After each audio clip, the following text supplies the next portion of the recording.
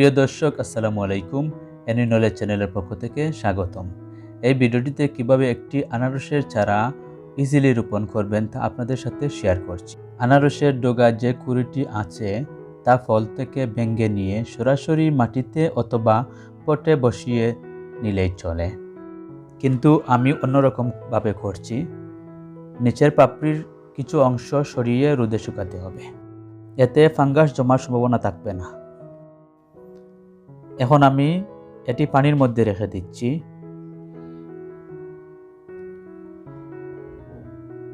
এবং অন্য কোথাও 1 সপ্তাহের জন্য রেখে দেব।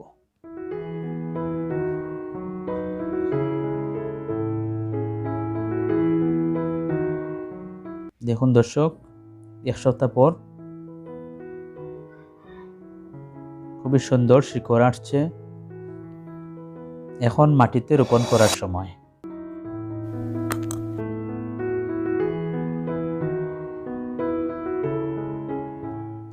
আমি একটি প্লাস্টিক পটে রোপণ করব।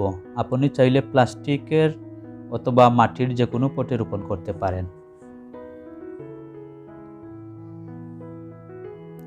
বলতে পারেন কোন মাটি দিয়ে আনারসের চারা রোপণ করা ভালো। আমি মনে করি এতে বাগানের মাটি হলে চলবে, আলাদা কোনো মাটির প্রয়োজন নেই। শুধু পানি ঠিকমতো দিবেন এবং মাঝে মধ্যে আগাছা সহ গাছের পূর্ণ পাতা কেটে দিলেই হবে। আনারস চাষে বেশি মাটি অথবা তেমন কোনো পরিচর্যার প্রয়োজন হয় না, কিন্তু কিছুটা পরিচর্যা করলেই ভালো। যেহেতু এখন গাছের শিকড়গুলো খুবই নরম, তাই আমি কাঠি ব্যবহার করছি।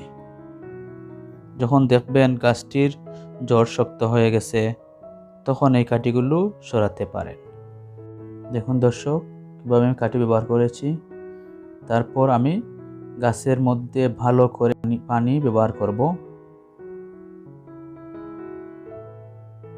আমি এখানে পানি ব্যবহার করছি না, কারণ হচ্ছে এখানে ঘরের মধ্যে আমি বাইরে নিয়ে প্রচুর পানি দিব। দেখুন দর্শক, 6 মাস পর আমার গাছের অবস্থা, একটি আনারস ধরেছে এবং পাকা অবস্থা। এখন আমি গাছের পাকা ফ্রেশ আনারস কালেক্ট করব। আজ এই পর্যন্ত।